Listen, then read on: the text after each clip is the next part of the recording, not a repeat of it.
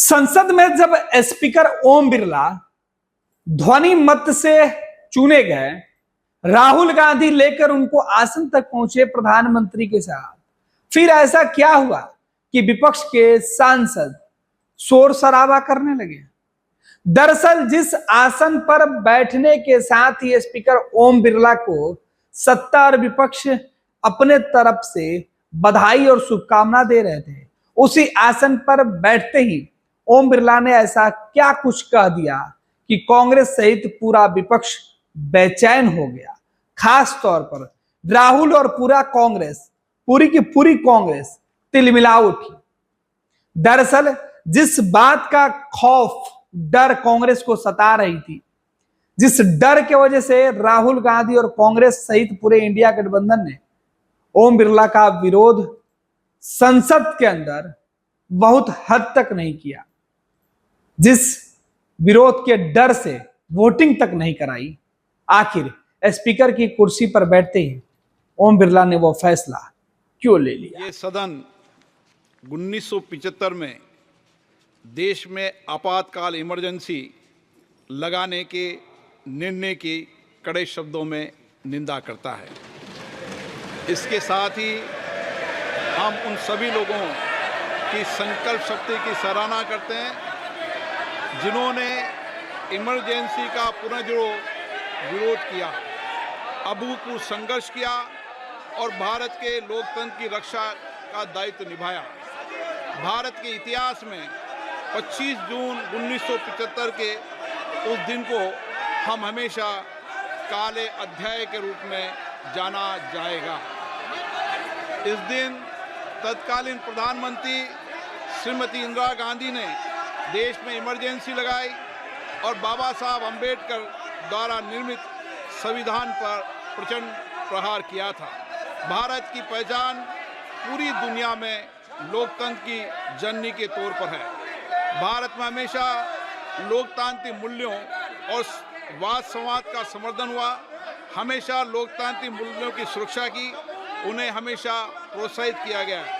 ऐसे भारत पर श्रीमती इंदिरा गांधी द्वारा तानाशाही थोप दी गई, भारत के लोकतांत्रिक मूल्यों को कुचला गया और अभिव्यक्ति की आज़ादी का गला घोटा गया। इमरजेंसी के दौरान भारत के नागरिकों के अधिकार नष्ट कर दिए गए, नागरिकों से उनकी आज़ादी छीन ली गई। ये वह दौर था जब विपक्ष के नेताओं को जेल में बंद कर दिया गया, पूरे देश को जेल खाना बना दिया गया। तब की तानाशाही सरकार ने मीडिया पर अनेक पाबंदियां लगा दी गई थी, न्यायपालिका की स्वतंत्रता पर अंकुश लगा दिया गया था। इमरजेंसी का वह समय हमारे देश के इतिहास में अन्याय काल का एक काला खंड था। आपातकाल इमरजेंसी लगाने के बाद उस समय कांग्रेस सरकार ने कई ऐसे निर्णय किए जिन्होंने हमारे संविधान की भावनाओं को कुचलने का काम किया। पूर्व और निर्दयी maintenance of internal secretary act Misa में बदलाव करके कांग्रेस पार्टी ये सुनिश्चित किया कि हमारी अदालतें मीसा के तहत गिरफ्तार लोगों को न्याय नहीं दे पाए। मीडिया को सच लिखने से रोकने के लिए parliament president production of publication refill act, press council refill act और prevention of publication of objectional matter act लाए गए। इस काले खंड में संविधान में 38वां, 89वां, 40वां, 41वां, 42वां संविधान संशोधन किया गया। कांग्रेस सरकार द्वारा किए गए संशोधन का लक्ष्य था सारी शक्तियां एक व्यक्ति के पास आ जाए, न्यायपालिका पर नियंत्रण हो, संविधान के मूल सिद्धांत खत्म किए जा सके। ऐसा करके नागरिकों के अधिकारों का दमन किया गया और लोकतंत्र के सिद्धांतों पर आघात किया। इतना ही नहीं, तत्कालीन प्रधानमंत्री श्री इंदिरा गांधी ने कमिटेड ब्यूरोक्रेसी और कमिटेड जुडिशरी की बात कही, जो उनकी लोकतंत्र विरोधी रवैये का एक उदाहरण है। इमरजेंसी अपने साथ ही ऐसे असामाजिक और तानाशाही की भावना से भयंकर चुनौतियों को लेकर आई, जिसने गरीबी, दलित और वंचितों को तबाह कर दिया। इमरजेंसी के दौरान लोगों को कांग्रेस सरकार द्वारा जबरन थोपी गई अनिवार्य नसबंदी का, शहरों में अतिक्रमण हटाने के नाम पर मनमानी का और सरकार की कुनीतियों का प्रहार झेलना पड़ा। ये सदन उन सभी लोगों के प्रति संवेदना जताना चाहता है।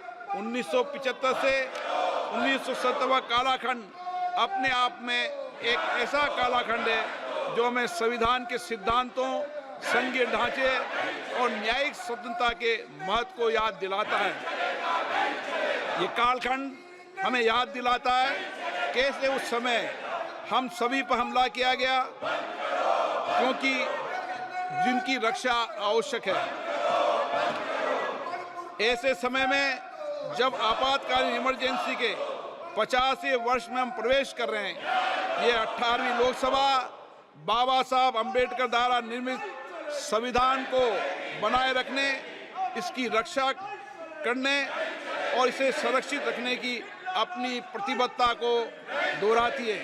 हम भारत में लोकतंत्र के सिद्धांत, देश में कानून का शासन और शक्तियों का विकेंद्रीकरण अक्षुण्ण रखने के लिए प्रतिबद्ध हैं।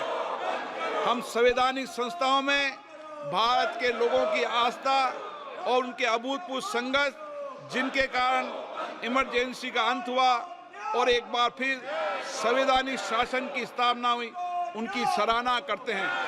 1975 में आज 26 जून के दिन ही देश इमरजेंसी की कूट सच्चाइयों का सामना करते हुए उठा था। 1975 में आज ही के दिन कैबिनेट ने इमरजेंसी का पोस्ट फैक्टो रेक्टिफिकेशन किया था। इस तानाशाही और असंवैधानिक निर्णय पर मोहर लगाई थी। इसलिए हमारी संसदीय प्रणाली अनगिनत बलिदानों के बाद मिली दूसरी आज़ादी के प्रति अपनी प्रतिबद्धता को दोहराने के लिए आज के प्रस्ताव किया जाना आवश्यक है। अब हम ये जानते हैं कि हमारी युवा पीढ़ी लोकतंत्र के इस काले अध्याय के बारे में जरूर जानना चाहिए।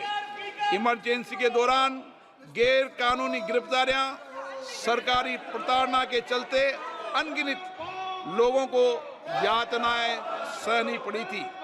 उनके परिवार उनको असमित कष्ट उठाना पड़ा था। इमरजेंसी ने भारत के कितने नागरिकों का जीवन तबाह कर दिया था, कितने लोगों की मृत्यु हो गई थी। इमरजेंसी के इस काले खंड में कांग्रेस की तानाशाह सरकार के हाथों अपनी जान गंवाने वाले भारत के ऐसे कर्तव्यनिष्ठ और देश में प्रेम करने वाले नागरिकों की स्मृति में हम सब 2 मिनट का मौन रखते हैं।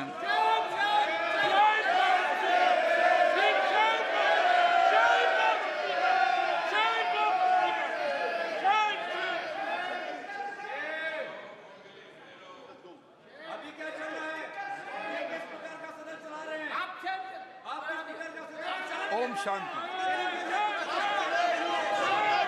सभा की कार्रवाई। पैनोरमा ग्रुप, जो सोचता है वो करता है। ये लो मुंह मीठा करो, आज मैंने अपना जॉब छोड़ दिया। अब हम पूर्णिया वापस जाएंगे। जॉब छोड़ दिया है? मतलब ये घर कैसे चलेगा? हम करेंगे क्या? और माँ बाबूजी क्या बोलेंगे? इसलिए मैं एक और मिठाई का डब्बा लाया।